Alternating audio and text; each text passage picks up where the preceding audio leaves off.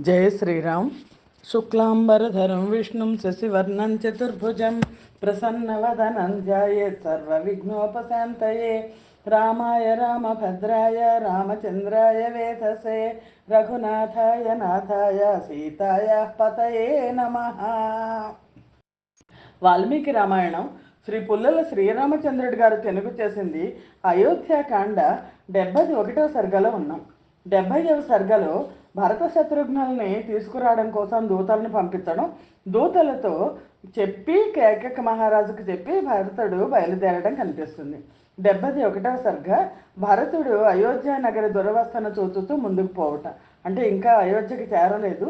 అయోధ్యకి చేరడం 71వ సర్గలో కనిపిస్తుంది. కాంతి గలవాడు, శ్రీమంతుడు, ఇక్ష్వాకు వంశమునకు ఆనందకరుడు అయిన భరతుడు రాజగృహం నుండి తూర్పు దిక్కునకు అభిముఖముగా బయలుదేరి అతడి నుండి సుధామా నదిని చూచి దానిని దాటి పిదప హ్లాదిని నదిని దూరమైన తీరము గల పశ్చిమాభిముఖముగా ప్రవహించు శతద్రు నదిని దాటిను. ఏలాధానమను గ్రామం నందు శతద్రు నదిని దాటి అపర పర్పట దేశమును చేరి శిలలను లాగు శిలావహ నదిని దాటి అగ్నేయము శల్యకర్తనము అను గ్రామములను శిలావహ నదిని చూచుచు మహాశైలములను దాటి చైత్రరథ వనము వైపు ప్రయాణము చేశాను. సరస్వతి గంగలను నదీ యుగ్మమును చేరి వీర మత్స్య దేశమునకు ఉత్తరమున ఉన్న భారుండమను వనమును ప్రవేశించను. అక్కడి నుండియే అధిక వేగము గలది, ఆనందమును కలిగించున్నది, పర్వతములపై చే ఆవరించబడినది అయిన కుళింగ నదిని యమునా నదిని చేరి వాటిని దాటి అక్కడ సైన్యమును విశ్రమింపచేశాను. భరత శత్రుఘ్నులతో పాటు వెనకాల బోల్డంత పెద్ద సైన్యం వస్తోంది.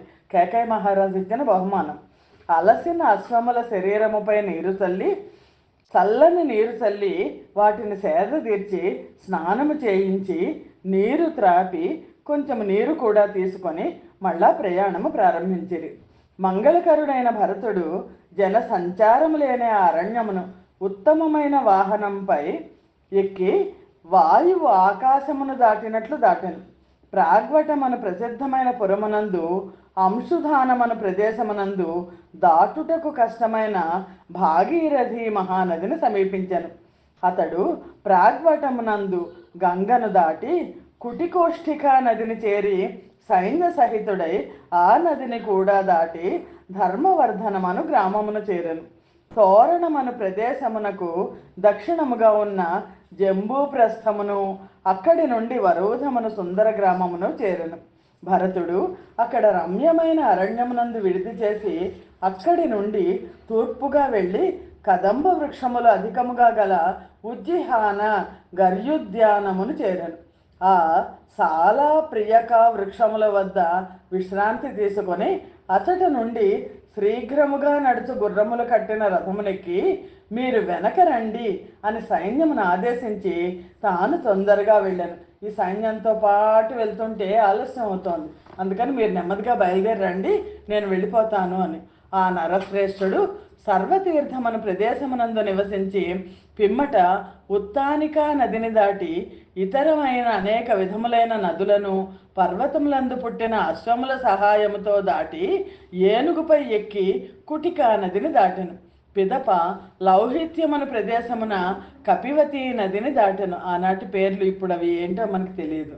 ఏకశాల గ్రామం నందు స్థాణుమతి నదిని, వినత గ్రామం నందు గోమతి నది, గోమతి మనకి తెలుసు, గోమతి గండకి ఈ నదులు ఇప్పటికీ ఉన్నాయి, దాటి అశ్వములు అలసిపోవటచే కళింగ నగరమునందలి సాలవనమున విశ్రమించి మరల శీఘ్రముగా ప్రయాణము చేశాను.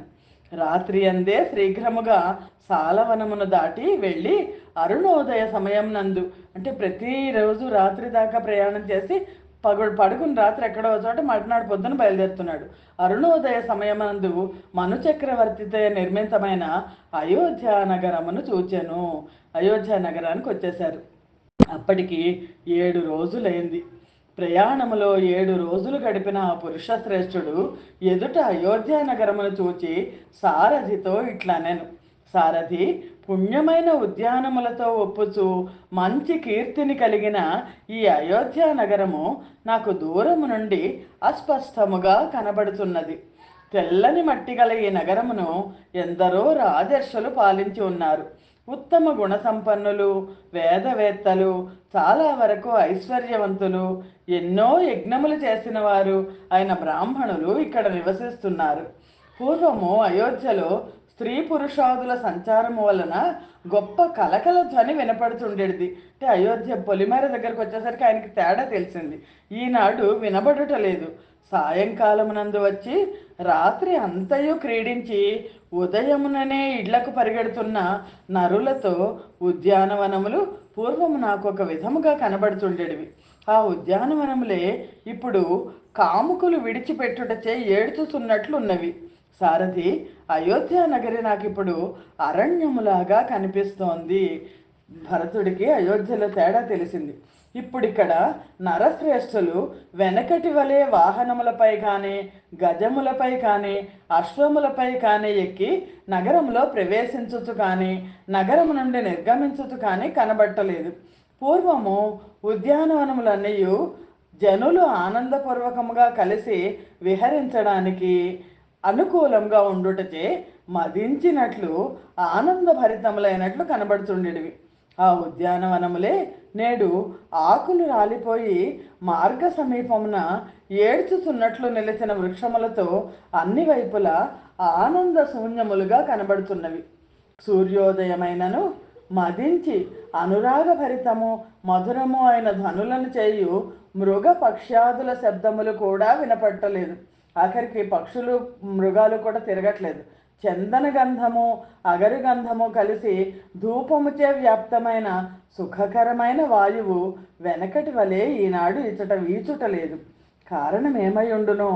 పూర్వము ఎన్నడనో తగ్గనే ప్రసారము గల కోణ సంఘట్టనముచే పుట్టిన భేరీ మృదంగ వీణాదుల ధ్వని ఇప్పుడు ఆగిపోయినది ఎందుచేతనో ఈ సంగీత విద్వాంసులు వాళ్ళు వాయిస్తుంటారు, అది కూడా వినిపించడం లేదు. అనిష్టమును కలిగించునవి క్రూరములు అయిన అనేక విధములైన చెడు శకునములు కనబడుతున్నవి. అందుచే నా మనస్సు చాలా బాధపడుతున్నది. అన్ని విధములా నా బంధువులకు క్షేమము దుర్లభమనియే తోస్తోంది. ఆయనకేదో కీడు శంకిస్తున్నాడు. ఏలననగా దుఃఖహేతు ఏదీ కనబడకున్నను నా మనస్సు ఎందుకో దిగులు చెందుతున్నట్లున్నది. ఈ విధముగా దిగులు చెంది అలసిన హృదయముతోనూ పట్టు తప్పిన ఇంద్రియములతోనూ భరతుడు అయోధ్య నగరమును భయపడుతూ ప్రవేశించెను. వైజయంతము అను ద్వారము నుండి లోనికి ప్రవేశించి ద్వారపాలకులు లేచి జయ జయధ్వానములు చేయగా వారితో కలిసి వెళ్ళెను. ఆ ద్వారపాలకులను గౌరవించి అశ్వపతికి ఇష్టుడైన ఆ సారథితో ఇట్లు పలికెను: ఏ కారణము లేకుండా నన్ను ఇంత తొందరగా ఎందుకు రప్పించినారో? నా మనస్సు ఏదో అమంగళమును శంకించుతున్నది. నా సచ్చీలము పతితమైపోయినట్లున్నది. రాజులు మరణించినప్పుడు ఎట్టి చిహ్నములు కలుగునని పూర్వము వినుసుండెడి వారము అట్టి చిహ్నములన్నీ ఇక్కడ కనబడుతున్నవి.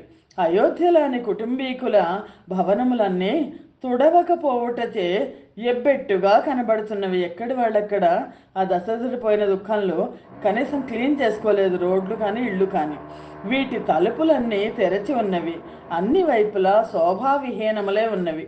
ఎవ్వరునూ పూజలకు సంబంధించిన కార్యక్రమములు చేసినట్లు లేదు. ధూపముచే ఈ భవనములు సుగంధములుగా లేవు. కుటుంబంలోని వారందరూ భోజనములు లేక శోభావిహీనులై ఉన్నారు. భవనములకు ఉండవలసిన లక్ష్మి కనబడుటలేదు. దేవాలయములలో మాలికల శోభ లేదు. వాటి ముంగిళ్లను తుడిచి అలకలేదు. ఇవి శూన్యములై పూర్వము ప్రకాశించినట్లు ప్రకాశించుటలేదు. దేవతా పూజలు ఆగిపోయినవి. దేవతామూర్తులు కాంతి విహీనముగా ఉన్నవి. యజ్ఞగోష్ఠులు నడుచుటలేదు. పుష్పమాలలు అమ్మే అంగళ్ళు మాలలు లేక శోభాశూన్యముగా ఉన్నాయి. వ్యాపారము లేకపోవటచే ఉత్సాహము లేక ఆలోచనలతో మనస్సు దిగులు చెందిన వర్తకులు కూడా ఇప్పుడు ఇక్కడ వెనుకటి వలె కనబట్టలేదు. దేవాలయములలోను చైత్యములందును, చైత్యములు వీధి మొగల్లో ఉండే కట్టడాలు, పూజా స్థానములకు సంబంధించిన శిలానిర్మిత గృహాలు, వీటన్నిటిలో నివసించే పక్షు సముదాయములు దీనముగా ఉన్నవి. నగరంలో స్త్రీ పురుషులందరూ బెంగ పెట్టుకొని మలిన వస్త్రధారులై కన్నీళ్లు నిండిన నేత్రములతో దీనులై చింతా నిమగ్నులై కృషించి ఉన్నారు. భరతుడు అయోధ్యలో ఇలా అనిష్టములైన అపశకునాలను చూచి దైన్యము చెందిన మనస్సుతో ఆ సారథితో ఈ విధముగా పలికి రాజభవనము వైపు వెళ్ళాను. ఇంద్రుని పురి అయిన అమరావతితో సమానమైన ఆ అయోధ్య పరాగముతో, ఎర్రనైన తలుపులు, దారుబంధములతో, చతుష్పథములందును, గృహములందును, వీధులందును జనశూన్యముగా ఉండుటను చూచిన ఆ భరతునకు చాలా దుఃఖము కలిగెను. మహాత్ముడైన భరతుడు పూర్వమెన్నడును ఆ పురములో జరగని, మనస్సుకు అప్రియమైన దానిని ఏదో జరిగిందని ఎన్నయో చూచుచు దైన్యముతో నిండిన మనస్సుతో సంతోష విహీనుడై తల వంచుకొని తండ్రి గృహమును ప్రవేశించెను. శ్రీమద్ రామాయణం నందలి అయోధ్యాకాండలోని 71వ సర్గము సమాప్తము. స్వస్తి ప్రజాభ్య పరిపాలయంతాం న్యాయేన మార్గేణ మహిం మహేషాః. గోబ్రాహ్మణేభ్యः శుభమస్తు నిత్యం. లోకాః సమస్తాః సుఖినో భవంతు. సర్వం శ్రీరామార్పణమస్తు. జై శ్రీరామ్.